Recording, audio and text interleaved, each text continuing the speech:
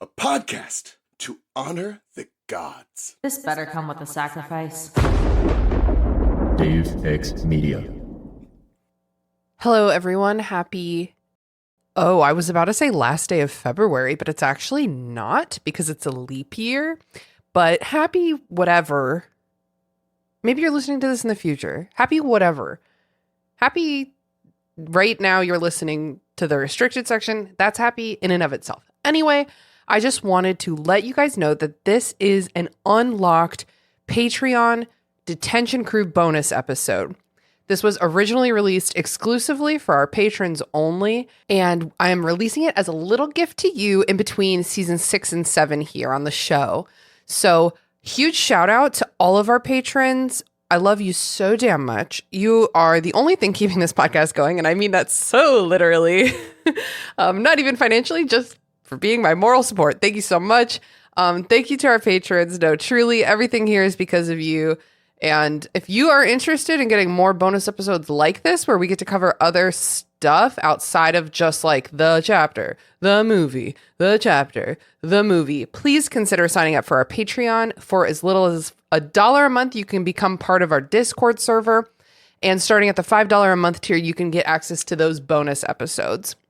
LOL, kind of funny, because today's bonus episode is how Harry Potter sounds like a cult. And do we ask ourselves if the restricted section is a cult in this episode? We sure do. Anyway, sign up for the Patreon. Become part of my cult.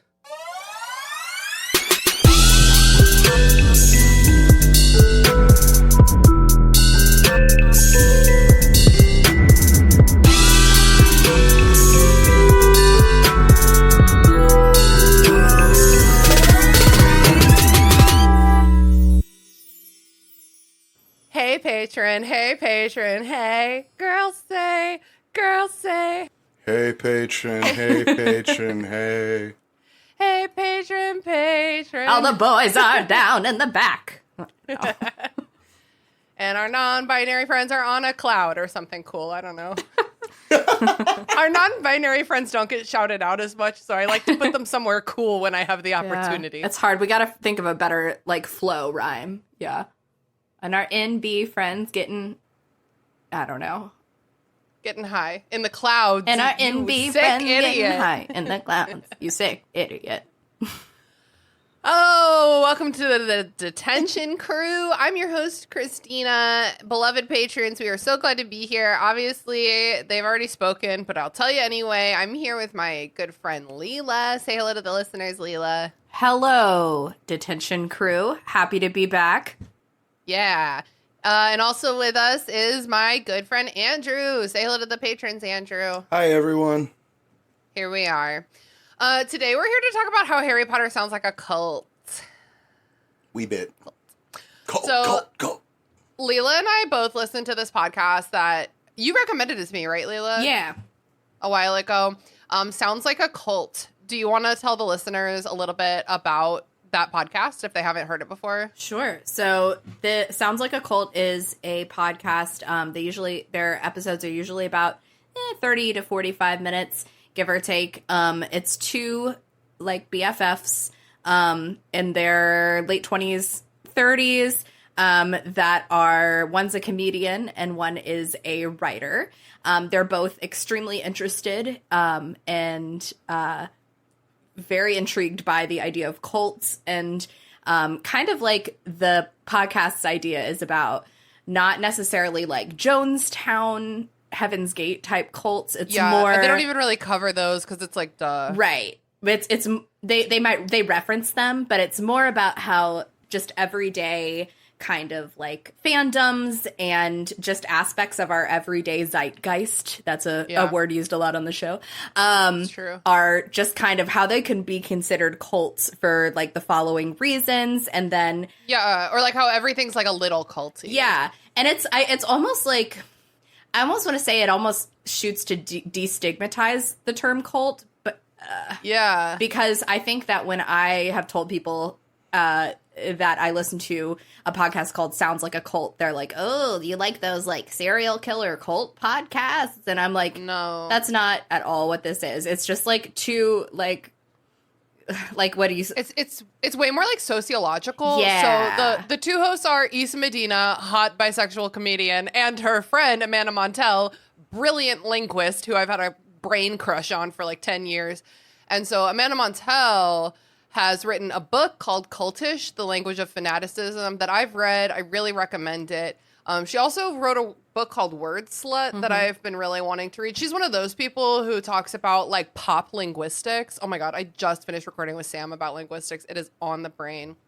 But so Amanda is like, here's all of my like education about this. And you can like, over the course of the podcast, you can feel Issa, the co-host, getting like smarter about it because she's like learning everything. Yeah, it's very nice. It's very wholesome.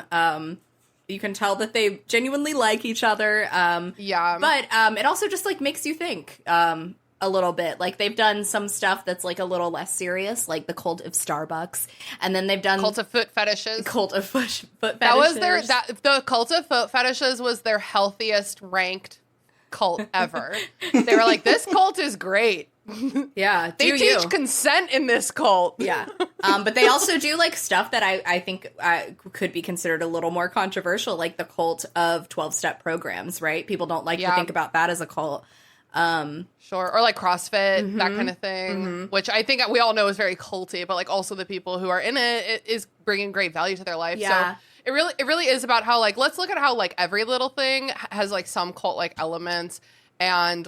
Like it really does sort of start to destigmatize it because it's like their point is kind of like people who have been in cults, like who have allowed themselves to be like sucked into cults are like you are not better than them. Like this is how it happens basically, and like here's how language is used and like let's break it down. Yeah. Robert Evans has a great line in one of the mini episodes Behind the Bastards where he points out that like every one of us has something like this that we would fall for.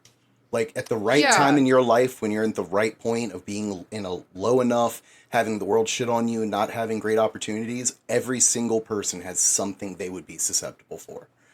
Yeah, absolutely. And then it's also about how, like cult is like a spectrum, you know? Like, cults are like your friend group is a cult, but, like, also Heaven's Gate is a cult. And it's like, at what point are we not cool anymore? And that's kind of, like, what the conversation is.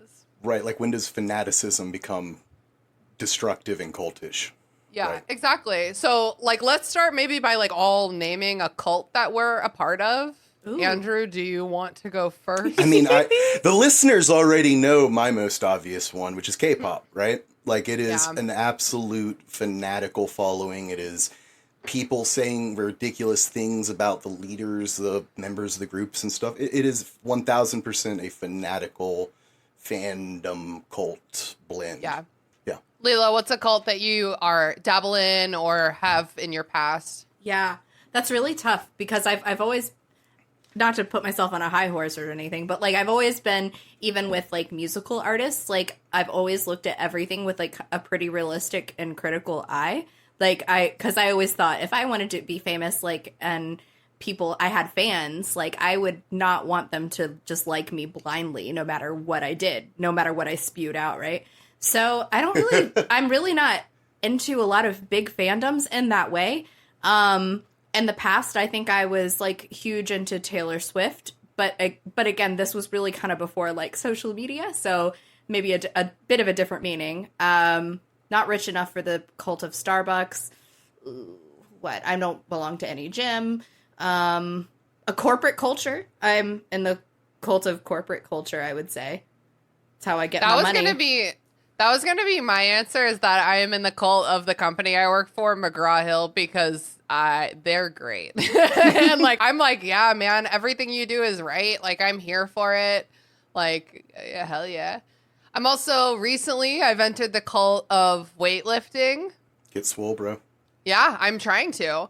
I am in the cult of like the middle grade fantasy novels of like Percy Jackson, Harry Potter, like Lord of the Rings, fucking Guardians of Gahul. Like, I'm in some cults. Yeah. I was gonna say one, but it's stupid now. Oh, what? The cult of... How did it get stupid? Because it's not as good as yours, but it's the cult of bubbly water. You know, it sounds stupid, but like, that is real. but don't you remember just like, what was it, even like 5 years ago? Nobody was fucking drinking LaCroix. Yeah, this is my second one today. We go through it 3 packs a week. Yeah. I will have you know that since 2002, when my family went to Italy, my house has had bubbly water, or rather my parents' house has had bubbly water ever since they got back, because it was their way of being superior. Do you guys think that stoners are a cult? I was kind of thinking about that, but I didn't want to be... I don't think stoners are. I think 420 is. I think the, like 420 culture? Yeah, absolutely. I dated that guy. Yeah, I dated that cult. We all know that person, right? Yeah. That, like... So I think that's something we need at this time is to figure out, like, what is a cult. So I pulled this list from a pamphlet, like a handout called What Makes a Cult by the International Cultic Studies Association. When I Googled how to tell what is a cult, you better believe that a lot of my initial hits on Google were not sources I wanted to use. Yeah. There were so many churches Yes. who have posted articles about what makes a cult. And I find that to make sense because, like, cult used to be a very religious term. Like, I especially hear about it in, like, ancient Greek and Roman, like, history, like the cult of Dionysus was a really big cult that was just we would call it today like a sect, you know, or like a denomination, but it's like back in the day they called it. So it kind of makes sense to me that churches be talking about cults because there's language out there that they need to get ahead of. Yeah, and they're also always trying to change the definition, because the truth is a very large number of churches do qualify on some level as a cult. I think they almost all do. Yes. And there's a very old joke that I love, which is, what's the difference between a cult and a religion? Longevity. About 100 years. Yeah. There it is. Yeah, I think, and I mean, I think number of members too, right? Because I think that's like been, or was my like bio on Discord for a really long time, was like, talk to me about how all religions are cults. But it's, I mean, I think just like growing up in the cult of like evangelical, right on the fringe of fundamental Christianity, I see a lot of similar patterns, and yeah, let's get into it. Go to a Catholic mass and tell me that is not an ancient cult that we are all just kind of okay with. So chanty. When you read Dan Brown and they like stumble across some cult activity and it's like they're chanting, they're wearing robes, they're burning incense. You're like, and it's like, this is Catholic Mass. This is Sunday Mass. Seems familiar. It's like, where's the line? Okay, so here, according to the International Cultic Studies Association, here's a couple tenets of what makes a cult. One charismatic leader is the group's sole authority on truth. Only this leader decides or has the right to approve all policies and practices. For example, the Pope, right? Right. Yeah. Classic. Bill Goddard, and the Quiverful. Oh God, I just watched that. Do not say the word quiver. It's very upsetting in front of my face. Yeah, Tina, you gotta watch the Duggars, the 19 Kids and Counting documentary. The Shiny Happy Family. It's very good. It is very well done. It's the most intriguing thing and upsetting thing that I've watched in a while. I think most people will watch episode 4 and will just be kind of lost, because most people have no idea that type of shit is going on. Like, It's okay. You're getting too much into the nitty gritty by naming specific episodes. Well, it's the last episode, and it's completely different than like the normal. It wraps everything together. highly recommend. Members are zealous, protective, and unquestioningly committed to the leader.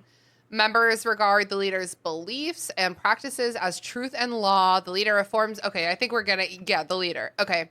Questioning, doubt, and dissent are discouraged or punished.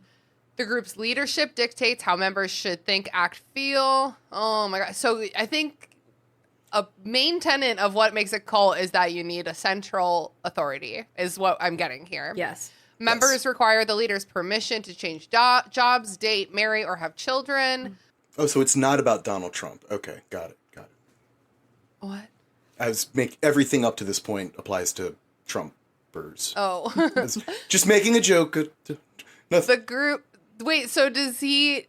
does Trump... One charismatic What's leader the that's the joke? group's sole authority on truth. Members are zealous, protective, unquestionably committed to the leader. Members regard the leader's I belief don't and think practices Trump as is truth and law. charismatic. People No, be described... The people who believe in him, though, do. Okay. Which is cray-cray.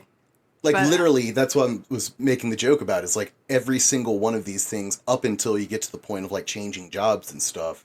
Okay. But about who they can marry, that applies. He wouldn't let you marry someone of the same sex or anything like that. You know? It's also like reminds me of Scientology a little bit. That 1,000% L. Ron Hubbard, yeah. The group uses public humiliation or punishment, debilitating work, sleep deprivation, or other practices to create groupthink, and to suppress individualism and doubt. Criticism or jokes about the leader or group are taken very seriously and likely punished. The group is elitist, claiming special status for itself, its leaders, and its members. The leader and members maintain theirs is the only path to truth and salvation. Catholicism! You okay? Sorry, I just got a little bullshit stuck in my Sorry. Literally every form of Christianity has that. It's Yeah, the method that's- I mean, not all of them necessarily fall into all of these, but the idea of like the only path to truth and salvation, 1,000%.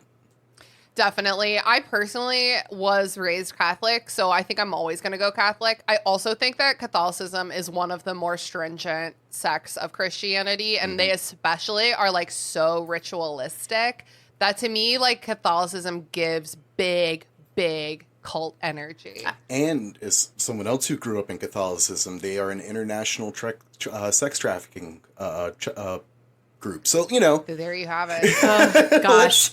Even with all of that, I just want to say Catholics are actually in the like kind of the middle of the spectrum of how like right to left Christianity, like which is nuts, right? They're That like deeply depends on which Catholic church you're talking about. Yeah, For I think it sure. all just depends. Because like Opus Dei, for example, is about as far right as you could possibly imagine. Opus Dei, I know what that is from reading Dan Brown. Yeah. right, but you also have like the cool Catholics that are made up of like Right, cool, very rich liberals that have specific like Kennedy Catholics, right? That have I mean, you specific got type cool of views. everything. There's cool Mormons out there. Oh, you're muted or something. What? I'm not muted. Yeah, it's okay. We couldn't hear you. Oh, No, you that's could. weird. I could. Oh, fuck. What'd you say? Fuck. What'd that bitch say? So, Fuck! So, based on those specifications, like, what are some other cults that we haven't talked about yet? Like, for example, like Apple, Google. Yeah. I would say two recent ones that would have been probably on people's minds are like Kanye. He has his group. The cult of Kanye. Kanye has his group of fans that have like a cultish element with his Sunday services and shit like that, where he like goes out and preaches and all that jazz. Andrew, you're also a Fish fan. That's I culty as am. hell. I've seen 4 grown men in their 50s get on stage and play their instruments for hours at a time, 52 times. Yeah, that's culty. 50s, In fact, actually, no, never mind. We're close. It's almost my fish-iversary. Aw. Yeah. See, okay, and here's where we get into this a little bit more of the nitty gritty, because I was about to say music festivals, because Sean and I do go to a lot of music festivals, but music festivals don't really have much of this like leadership talk going on. Although I am thinking about the specific music festivals that Sean and I have historically gone to the most that are thrown by one specific company, and you better believe I know exactly what the leader of that company looks like, and I fangirl over her, so I actually take it back. Well, Or do I just have a crush? and oftentimes, too, because of the large amount of drugs that are involved in festivals, it's very easy for these individuals to develop small cults, right? People that like think of them as gurus or shamans or, enlightened folk. And it's like, nah, dude, you were just baked out of your mind, tripping your balls off for 3 days Like your straight. ayahuasca guide or whatever. Yeah, exactly. One thing that they talk about a lot on Cultish that isn't on this list is the how hard is it to leave? Are you able to leave in like an easy and dignified way? And like if not, if the exit costs are high, that's like more indicative of a cult. But if you can like just literally walk away, that's like less indicative of a cult. Yeah. So, are there any other like besides this list? Are there any other aspects of evaluating if something is culty that you guys want to add? I would say like it's like exit costs, but also like what do they call it? Like entry costs as well. So like MLMs. Oh, like MLMs. Yes. So like I was in the cult of Mary Kay back in like 2014, 15 before I knew knew nothing. And I left with a lot of makeup and a lot of debt. So yeah. That's culty because there is like a very clear pyramid. Yes. And like there is leadership. But they just say it's a multi-level marketing. It's not a pyramid, but you're like, draw it on a board. Draw it. I will say, if you're worried about if something that you're involved in is a cult, two of the kind of lighter but still significant symptoms or, signs of a cult that aren't talked about as much are group speak and love bombing. Ooh. So, Is group speak like the way that they used it in this list, where does it say it? Oh, group think. It says the group uses public humiliation, punishment, or other practices to create group think and to suppress individualism and doubt. Is that like brainwashing? Even though I know that like we don't say the word brainwashing. Kind of, but what I'm actually talking about is closer to like shared vocabularies, right? So like the idea of like certain like words and phrases that they use to each other repetitively to remind each other and to like reintroduce each other and stuff. And then it's also becomes a common language between people that are involved in it that outsiders don't know. So it's a way to make you feel more belonging. It makes you feel like you belong, and it also obfuscates like what you're actually doing. Sure. Exactly. What are you doing? Like, did you get like really abused last night? No, I just had to do a correction. Well, like even with like corporate culture is obsessed with group speak, right? Like in mine. Oh my God, I can't stand it. Like in my company, we talk about KPIs, key performance indicators, like left and right. That's how the rate of how much you reach your KPIs affects bonuses, affects pay raises, affects promotions. Like, and I don't know about you, but like I'm constantly in the workplace being met with jargon that I've never heard before in my life. And like now I'm an idiot because I haven't heard this thing. But when you explain to me, like I know exactly what you're talking about. It's just like you called it something that I've never heard before. That happens to me, I feel like constantly. And I always feel that if I ask about it, like if I ask what it is, it's like immediately everyone others me. Do you know what I mean? Yeah. Like, so I just don't, I just look it up. So you're like desperate to like know. Yeah, well, and it makes you really want to know. Yeah. And in the corporate environment, a lot of times too, that's used as a gateway technique as well, because then you can ostracize people that don't have the knowledge that there's no reason to have, because it's just a different way of saying something everyone knows. Right. Or who don't care enough to learn it. Right. Exactly. I don't give a fuck about your acronyms. Yeah, I really can't stand when people don't say what they mean.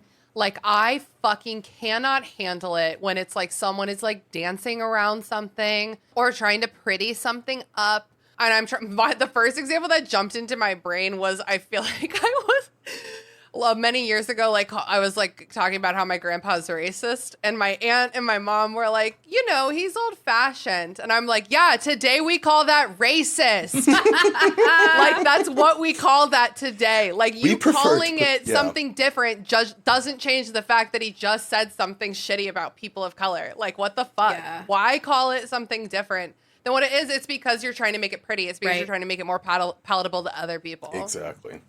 Yep. So let's dive into Harry Potter a little bit, because that's the thing. we're all here, unfortunately. Wait, what? Fuck! You said we got to talk about cults. I'm leaving. I want to look at what cults there are in the world of Harry Potter. Okay. I'll leave up this list of like what makes a cult so that we can all refer back to it. We can even go through if we want and check them off. Sure. Whoa! We don't have to. Well, you can check really them tedious. off.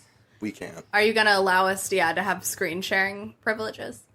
No. Can I won't use check your them. mouse? It'll be annoying. Let me use your mouse for you. So, to me, the most obvious cult in the world of Harry Potter, is Lord Voldemort and his Death Eaters. Yes. He's got Lord right in the name. Like, this motherfucker is an abusive leader. He's not the kindest individual. A charismatic leader is the group's sole authority on truth. He doesn't feel charismatic in present time, but definitely Tom Riddle was charismatic. Yeah, Tommy Rids was charismatic, and then I think charisma, and then like also the ability to create fear, like intimidation. Well, because I think a lot of leaders really like that, right? Like they're like, the way to get people to obey and respect you is through fear and intimidation, and you're like, no, maybe you could just like be nice to people, and they're like, people not possible, like too hard, do a lot for you.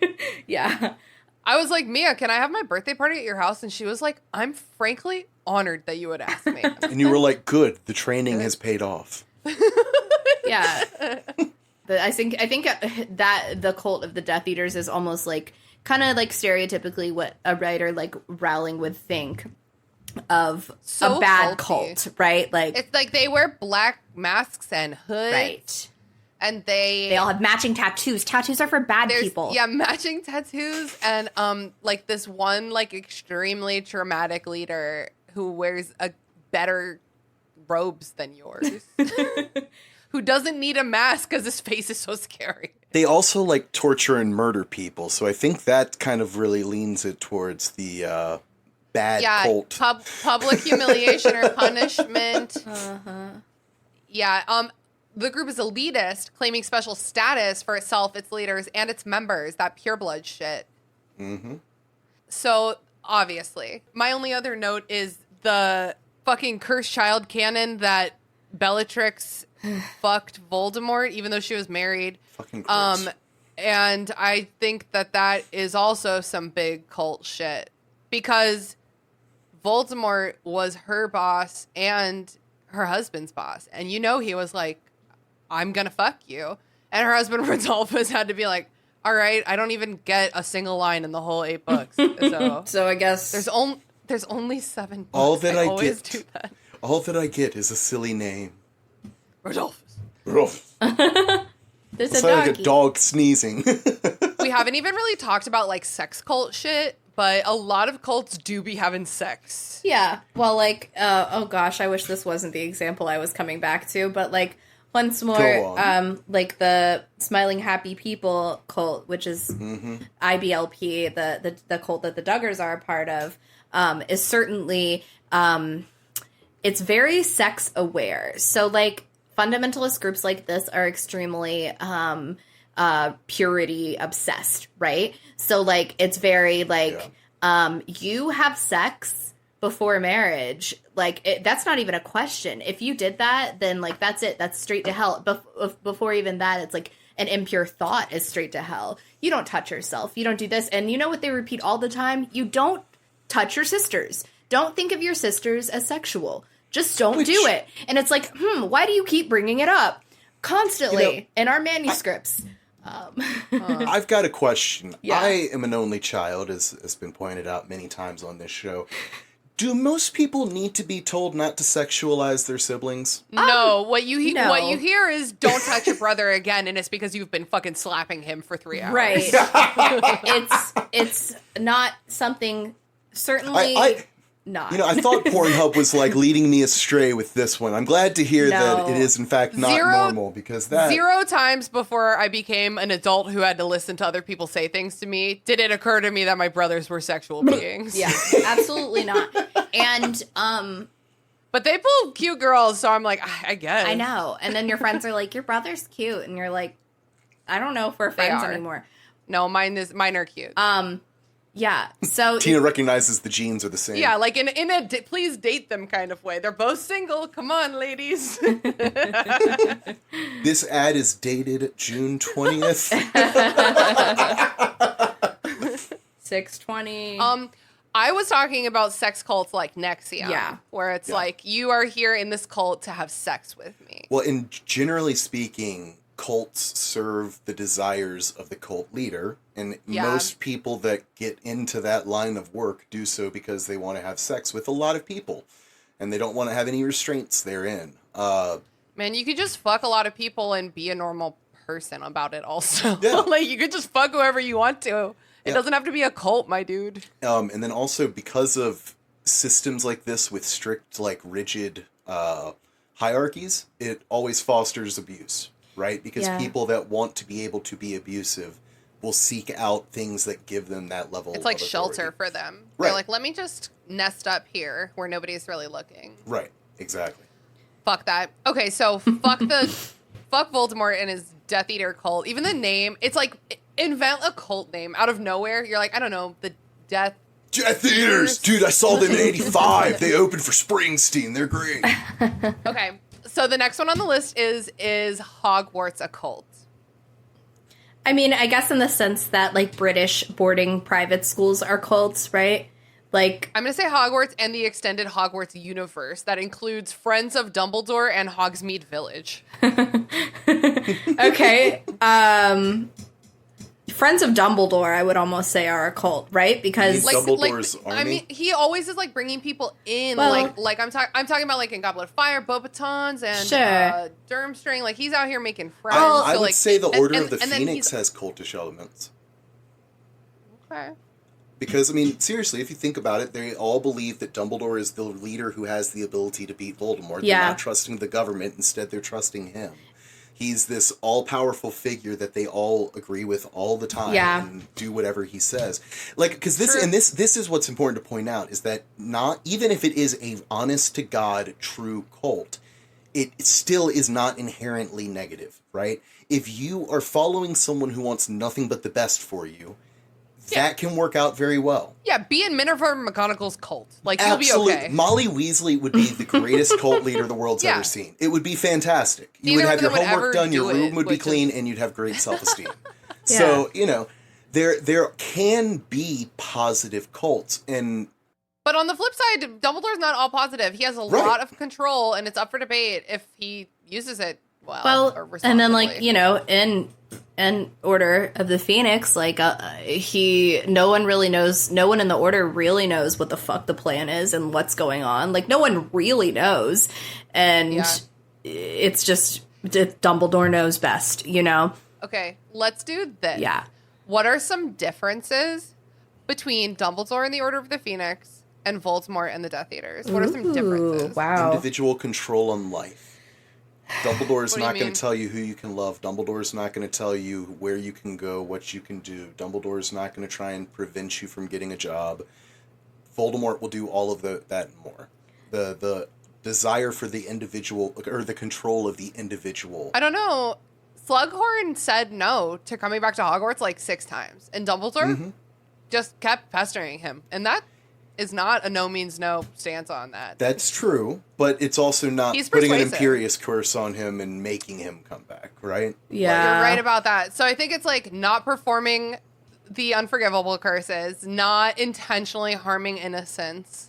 Like you're absolutely right, and it's a good parallel to draw with like no means no. But there's also something to be said for, in this situation with this high of stakes and what the reality of the situation was. I kind of think he was right to do what he did. All right. Well, we can talk we about can talk about that when we later, get to but it. yeah, because he still gave him the choice, right? Like if the term had started and he wasn't there, he wasn't there. Yeah. I think the most damning thing about Dumbledore and the Order of the Phoenix is, and I think we mentioned this already, just like how many times it's like, I don't know, Dumbledore said, well, we can't because Dumbledore said, like Dumbledore said. Nobody's really questioning that authority ever until after he dies. And it's like all of the adults that are responsible for us are teaching all of the kids that this guy's, it's like almost like grandpa. And it's Yeah. like, no, dude, he's racist. Well, it's like- we can't keep letting him do Well, this. there's gotta be some kind of checks and balances system aside, because what do we have? People who question Dumbledore are like Fudge, right? Who are just like Who has not just his own- questioning him. They're like, I'm going to use him as like a scapegoat for my own thing, you know, or like Voldemort, who's like, even he is like, I hate him because he's the coolest, most badass wizard that ever existed. And it's like, make out. But Well, and I would even go as far as to say that if you really want to think about it, Dumbledore's army is a cult of Harry Potter. oh yeah, Because this is all I don't know. I think that Harry Potter is an item in the greater scheme of things and not an agent. Well, here's the thing. He doesn't want to be the cult leader, but everyone wants to be in his cult. They want to follow him. They want to trust him. They want him to be the one that tells them how to do things. I think that falls under the cult of celebrity a little bit, too. Everyone just knows who he is, and he did this cool thing, and it's like, oh, that guy. Yeah, I would agree and they're all with that. scared. They're all scared because of the war that's coming up. Yeah. They're not getting the education. He is the pathway We to need something. a hero. Exactly. He's the figurehead who can get them what they need, which oftentimes is what leads to, it's a cult of personality for a reason. Yeah. Right? Like, and then, I mean, not to go there, but like the cult of personality, that's the cult that got people like Ronald Reagan and Donald Trump elected, because they are not, neither of them were qualified in any way, shape, or form, as we know, to lead a nation. But it's like, but we like them. It's like you could have a beer with them. Like, they're so cool, which is like still so crazy to me because I'm like, they're both not the opposite of cool in every way. Yeah. you actually can't have a beer with Trump. He's a teetotaler when it comes to alcohol. Weird. What is that? Like, What he's does anti? teetotaler mean? He doesn't drink. Is that real? That's absolutely real. That actually makes me sad because that means that he, without alcohol, is still this much of a jackass. He's dead Yeah. sober right now. He doesn't drink, and he owned well, no, he's not dead sober because he's one of those people who, if he gets prescribed it, he doesn't think it's a fucking thing. Sure. But no, he doesn't drink, but he used to own a winery. I mean, I get it. It helps you never get high from your own supply. Is the Ministry of Magic a cult? It's a cult of personality around fudge. Yeah. For poets. Is it even, or Yeah. is it just like a loose bureaucracy where no one likes each other? Because I don't know if he has a cult. Well, think about It's the way just that like Umbridge. Umbridge follows him. I think what if it's just Percy? Umbridge? Percy also follows Okay, him that Umbridge way. and Percy. Umbridge and Percy, that's his whole team, I think. Well, I mean, we also don't meet but Not so good many odds. people that actually work at the ministry. But what if? Come on, it would be funny. What if that was It was just a And cult of he two actually people. didn't have any power the whole time. One incredibly competent but evil person, and one highly incompetent good boy that's just misled. That's how Fudge got here in the first place. Okay, cool. Any more notes about the Ministry of Magic? I think that systems inherently are cultish. School systems, like corporate structures, companies is what they are. Like government, they just like have to be structured like a cult because that's just like how hierarchical leadership works. And I guess there are other ways to do leadership, but America really does it hierarchically. Sure. I would say like another thing for Hogwarts in general that leads just like the schooling system it more towards culty would be like the lack of compassion it tends to have, or like thought it tends to have for its students, its very young students, like health, like mental health in general, or well-being, right? Because like, Yeah.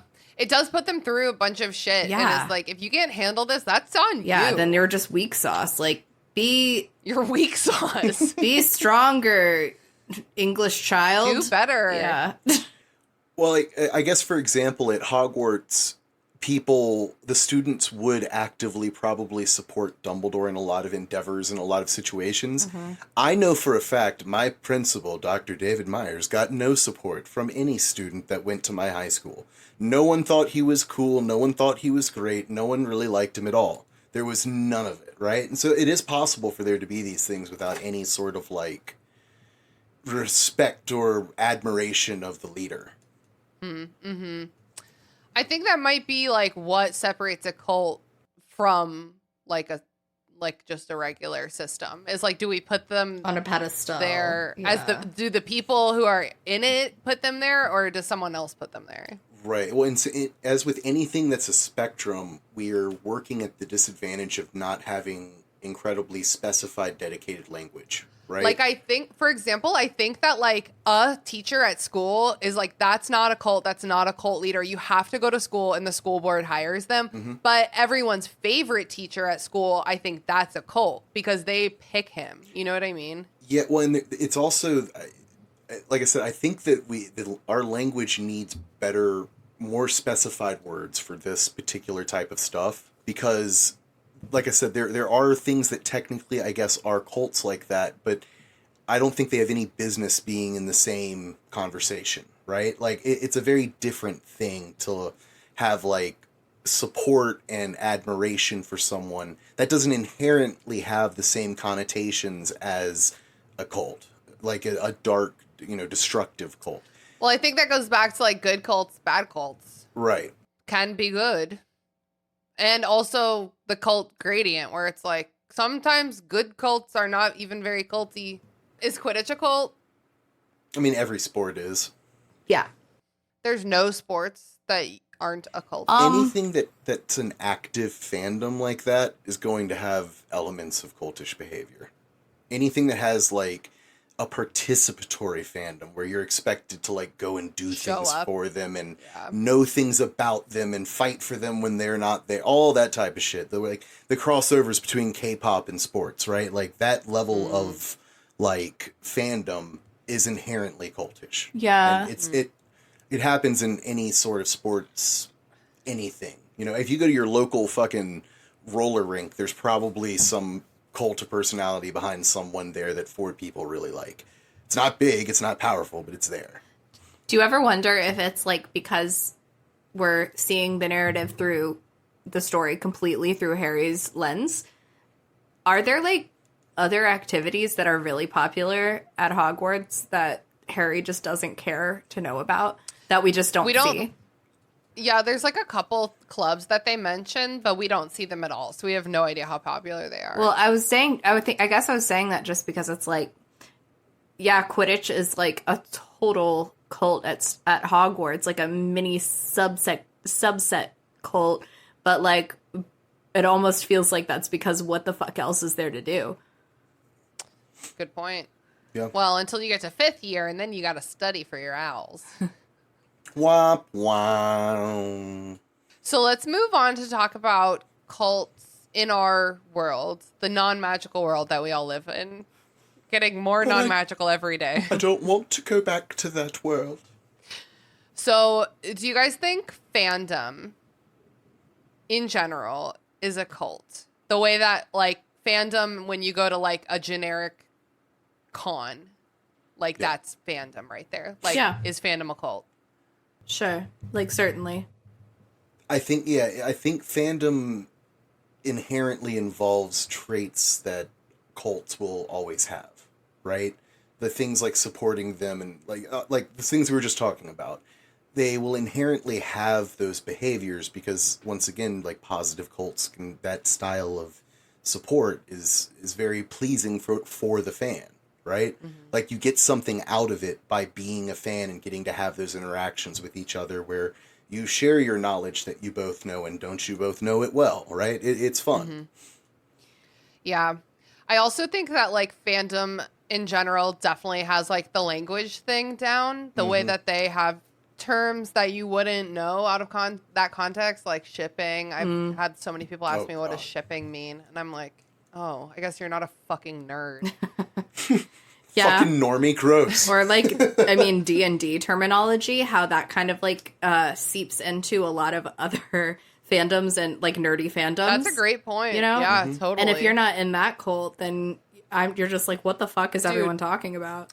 Before Stranger Things, people did not talk about rolling nat 20s and nat 1s in day-to-day life about like real world stuff. That I've like watched that happen.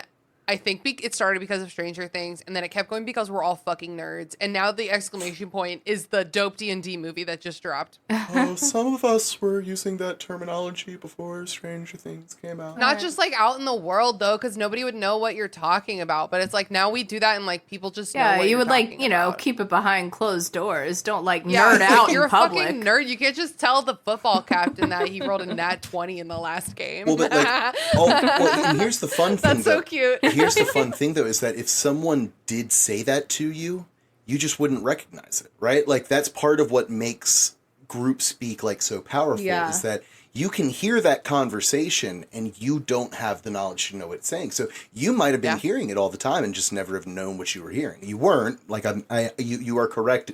I'm not saying that you're wrong, but, like, in theory, you would only recognize it once you know about it.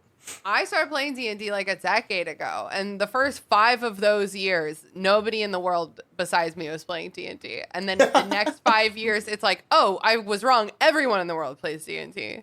It's experiencing quite a resurgence right Revival. now, which I think is great because it's like constructive, like imaginative play for grown-ups. Like, I love it. Yeah. It's trick your friends into learning math. Yeah. No, No, I it refuse. is. I have a calculator. That is what it is. I was there.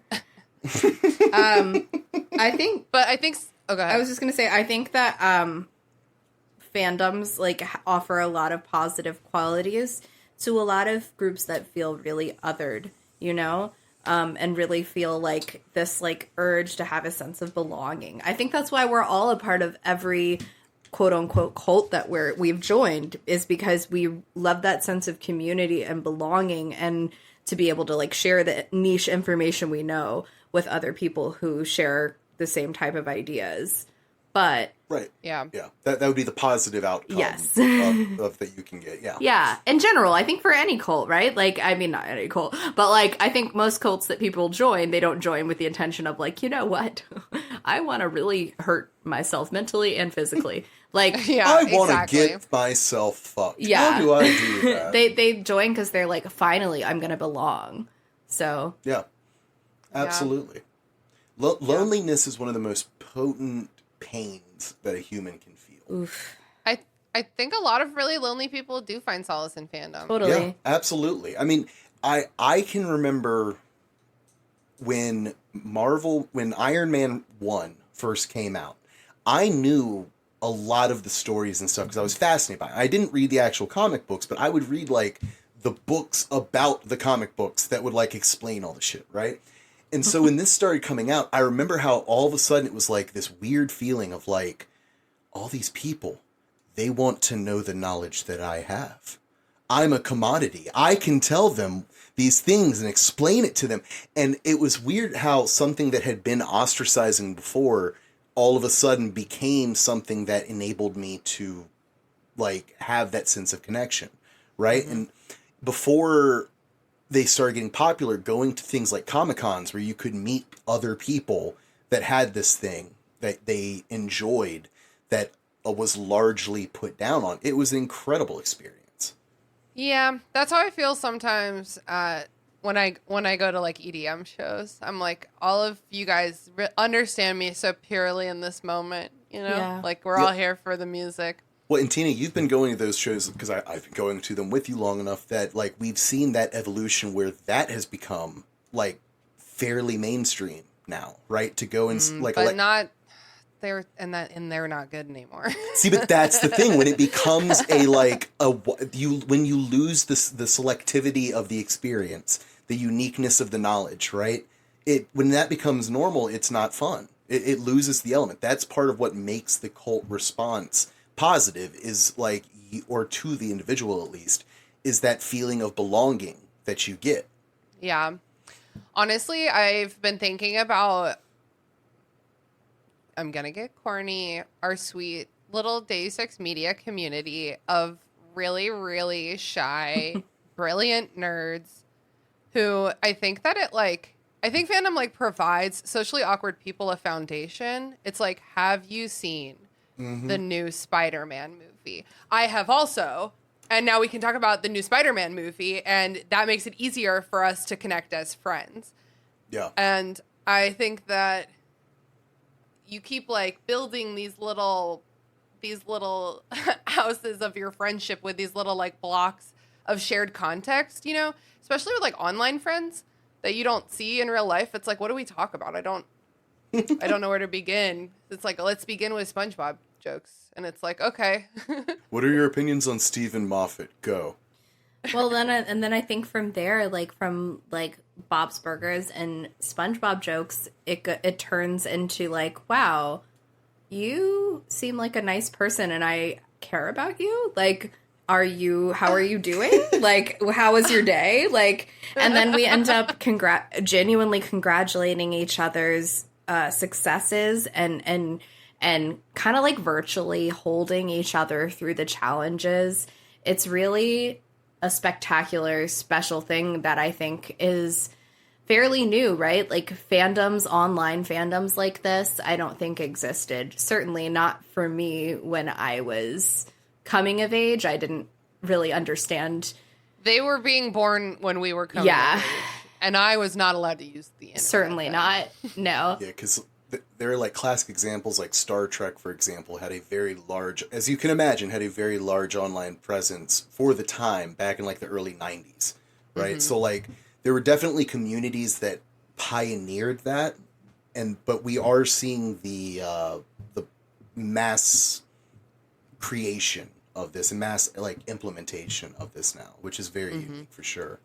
I would say like a negative or too intense aspect that can happen sometimes with fandoms that makes them a bit culty would be like, for example, like Taylor Swift's Swifties, which like I enjoyed a lot of Taylor Swift's music and I don't have anything against her, but her people that are her big true fans, they don't want to hear anything negative.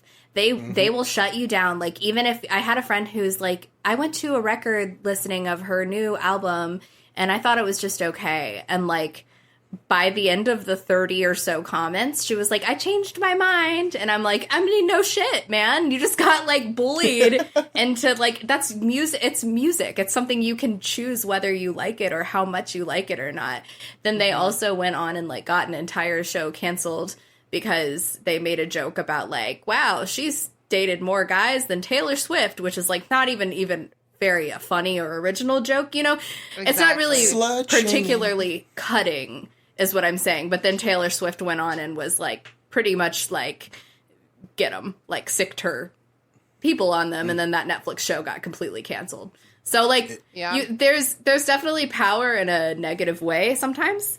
The Swifties also are like gatekeepy because it costs so much to go to her concert. Yeah, it's gotten really bad to the point that it's like, we don't want to make it a classist thing, but then it's like, you're making it a classist thing. Yeah. Well, and it was a lot of my fellow K-pop fans that were the ones that filled out all those fake submissions that Trump's big like rally. Remember when he had the rally that had like all the shit set up outside and it was supposed to be this giant thing?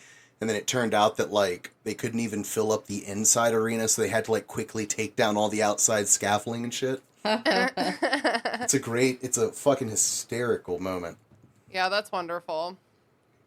But at the same time, I dare you to go onto any BTS video, Blackpink video, Twice video, and say that don't even say it's bad, just say, not for me. It was okay. Make that comment. You will be flooded with new friends who want to change your mind so quickly.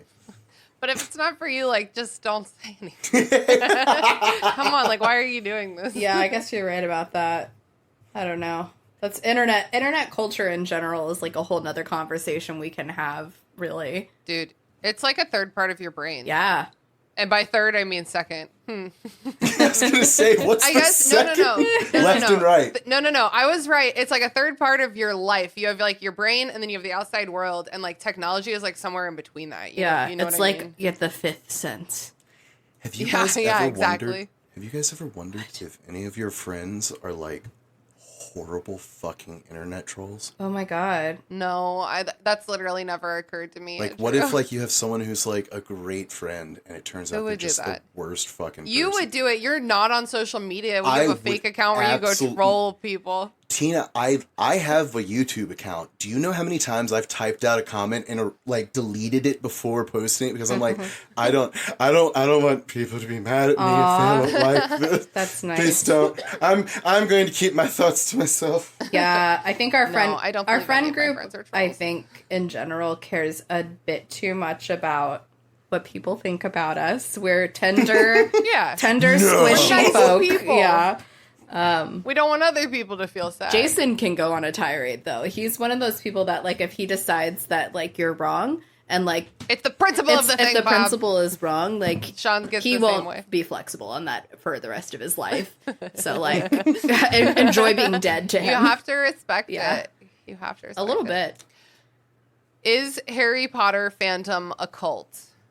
Well, I was gonna say, what I know about Harry Potter fandom is very positive, right? Because what I'm exposed to is our wonderful Discord, Our community. our community of, fans of not a good us. example. Yeah, really. Not a good example of all of the Harry Potter fans. Certainly. Well, and I think that it is interesting that if you do consider it a cult, it's a cult that we are witnessing a large number of the members turning against the leader. That's true. And, like, very aggressively so.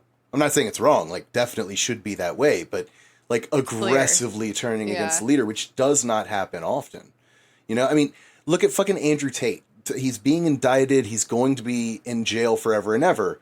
He is still going to slowly lose his followers. It's going to take a long time. Even though he's completely guilty of these heinous things, right?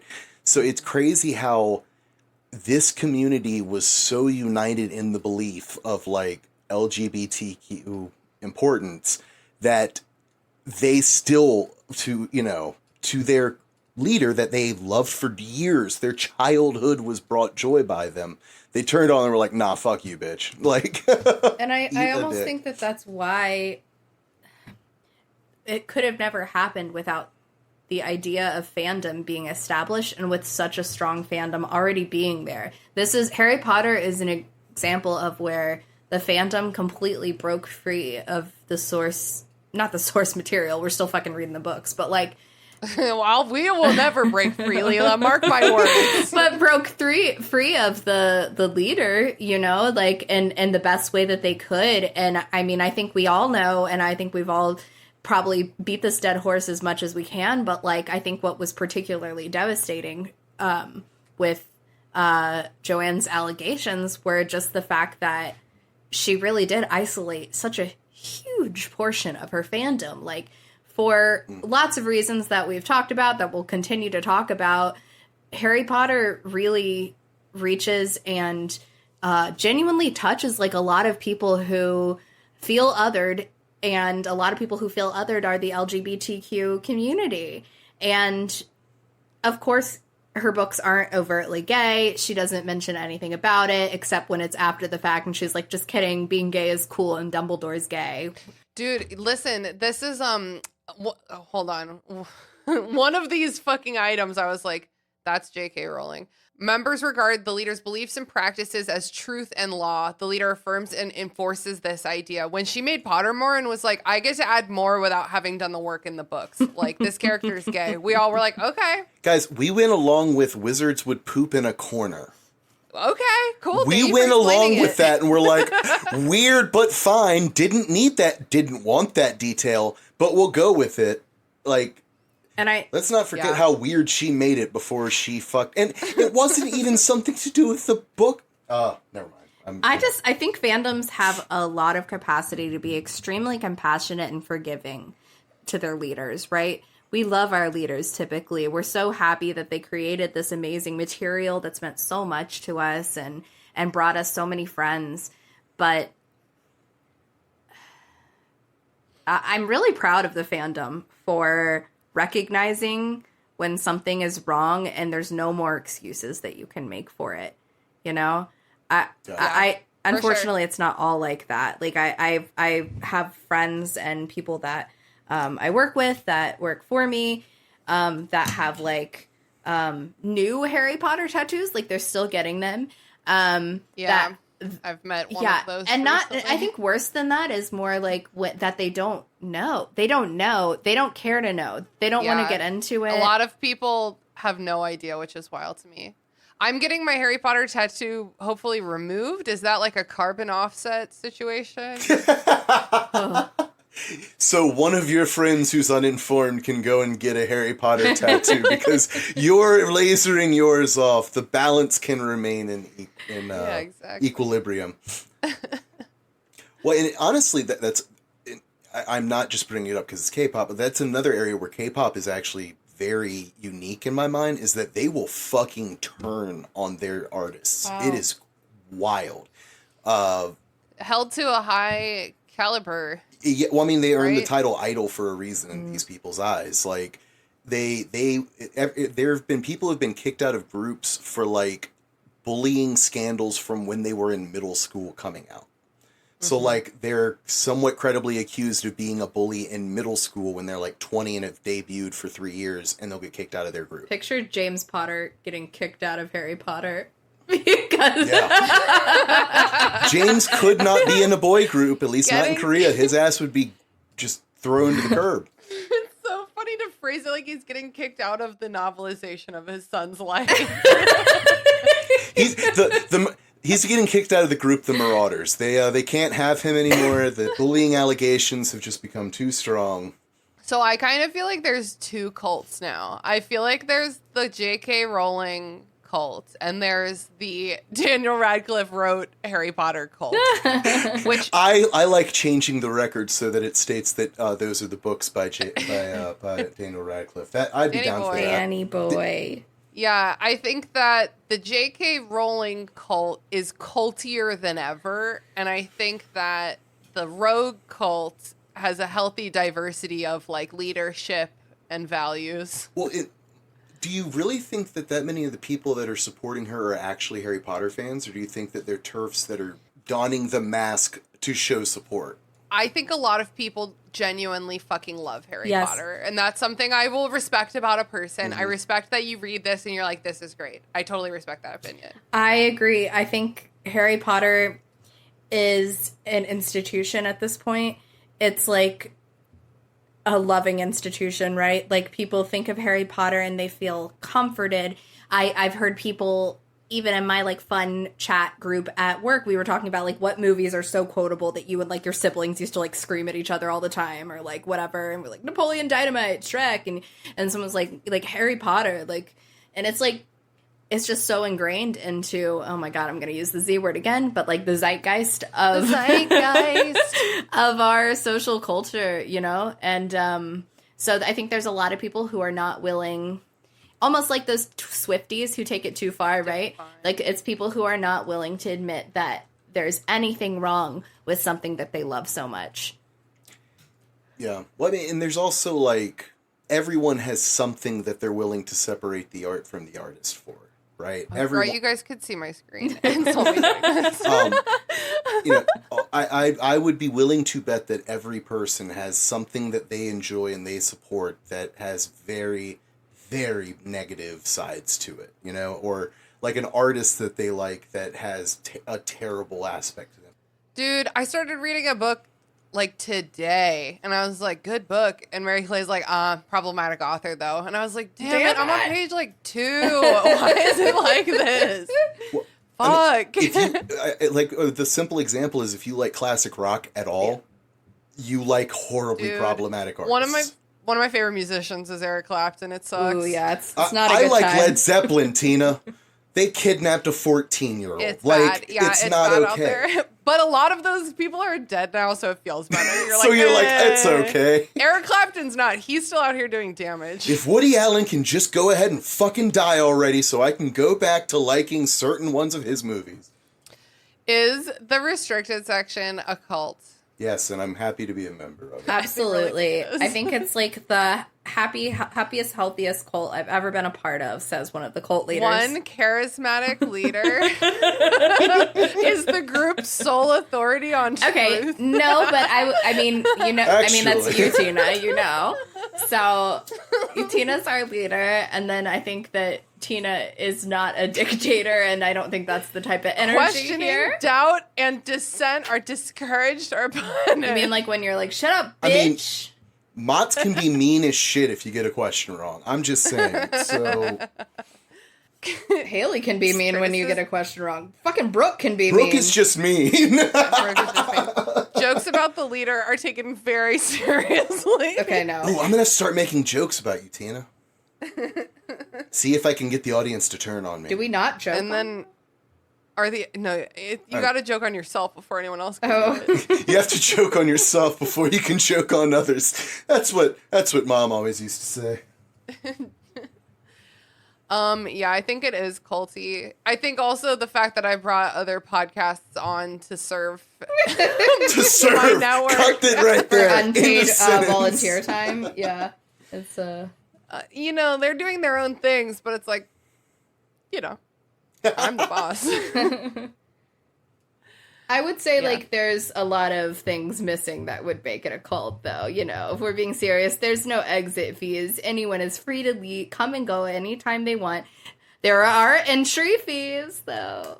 The exit fee is the cost of my friendship, and that's really steep. Okay, price. that is a pretty steep price. Not every person has to have sex with Tina. Like, there are certain I don't things know. Most of us It's have optional. at this point. It's completely optional. Is it Tina? Is it Tina?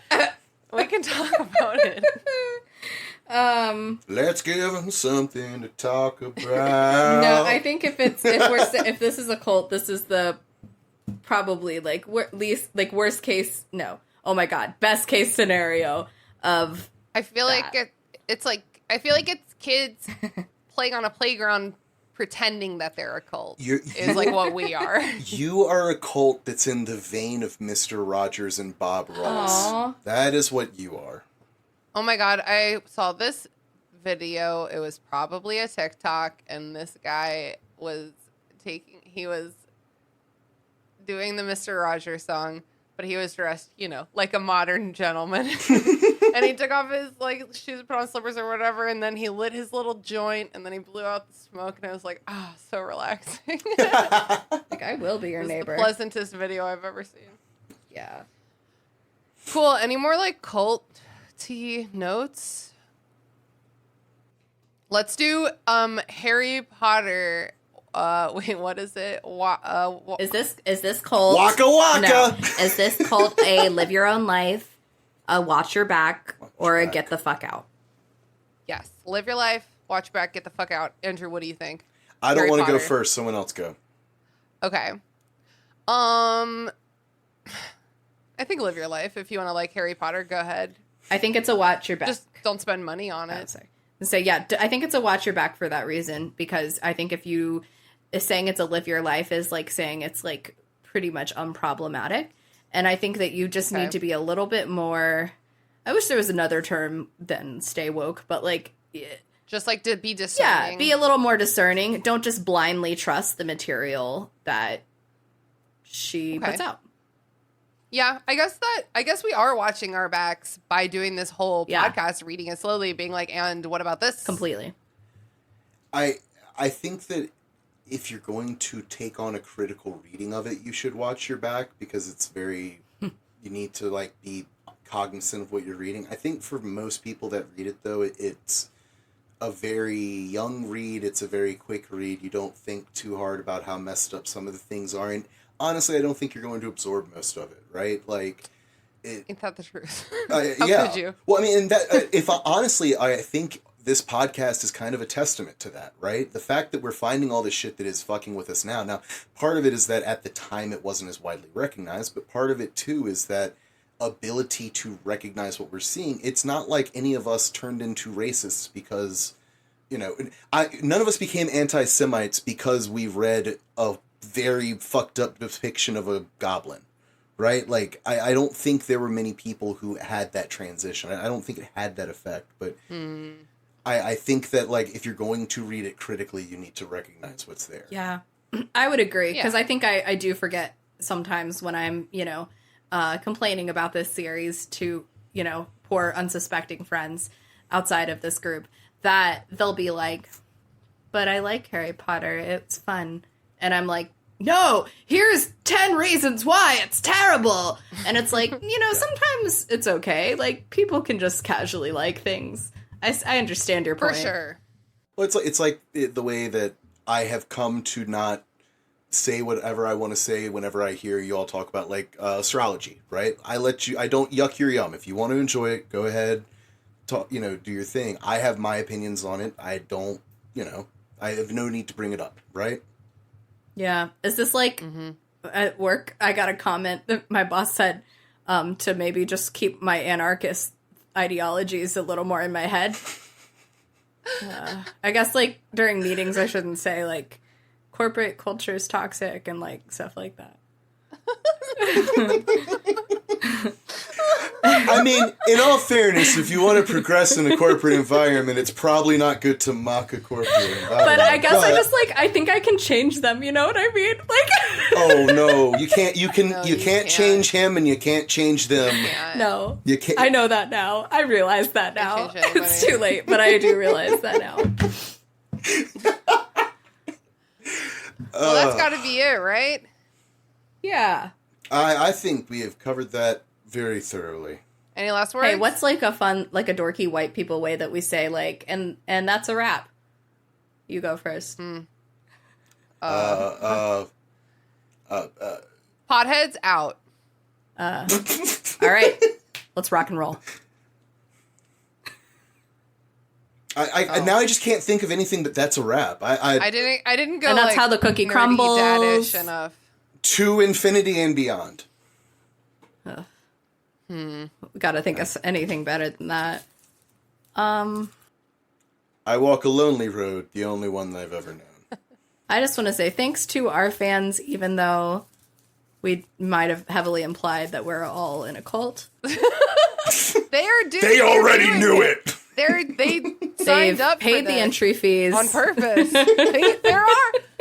Wait, Lilo, you were trying to say that earlier, Yeah. but we didn't circle back to it. But there are entry fees to this. I was talking shit about somebody else for paywalling anything.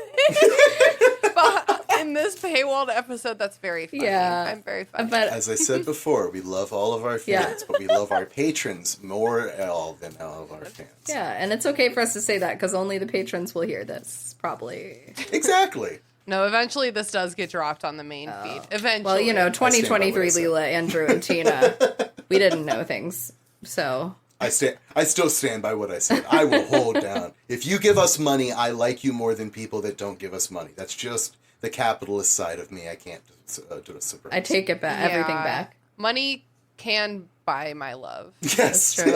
and it's cheap too. It's not Just, expensive. it's not like 100%. It's just a little bit of extra love. Flattery plus It's- money will get you everywhere. It's the extra. It's the extra like cherry on top. Yeah, exactly. I am friends with all our patrons though, which is a perk for me. Absolutely. Oh man, the end of the episode's got to be somewhere in there. That Somewhere, was a it's really a- long rant. Maybe Cut. I'll just fade out. Just slowly fade out as we're going and talking about. Thank you so much for being a patron of the restricted section. It's because of you that these bonus episodes even exist. Our theme music was written and performed by Ryan Kahn and remixed by Zenit Music Studio. Our logo was designed by Michael Hardison. If you're listening to this episode, the odds are good that you're already connected to us online, but if you're not, come find us on Discord, Facebook, Twitter, Instagram, and I think that's it.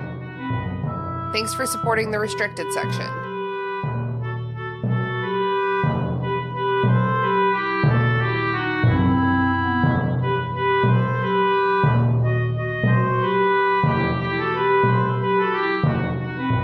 All right, rate yourself. Are you a live your own life?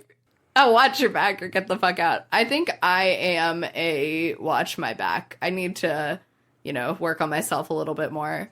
And I think I'm a live your life. I'm a very good and supportive Yeah, I would friend. agree with so that. enter my cult. Come Okay. on. It's great. I'm already here. there. Let's do it. I think I'm a watch your back if you don't know how to handle your liquor or drugs, because I will unintentionally draw you into deep waters. Liquor, drugs, and hugs. No, that's not true. You just have to be strong like Brooke. Well, but she doesn't partake, right? Like I'm saying specifically, if you like want to try but like aren't experienced, I could inadvertently.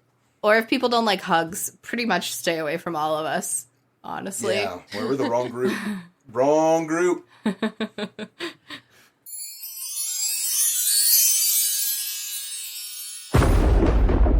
Dave X Media.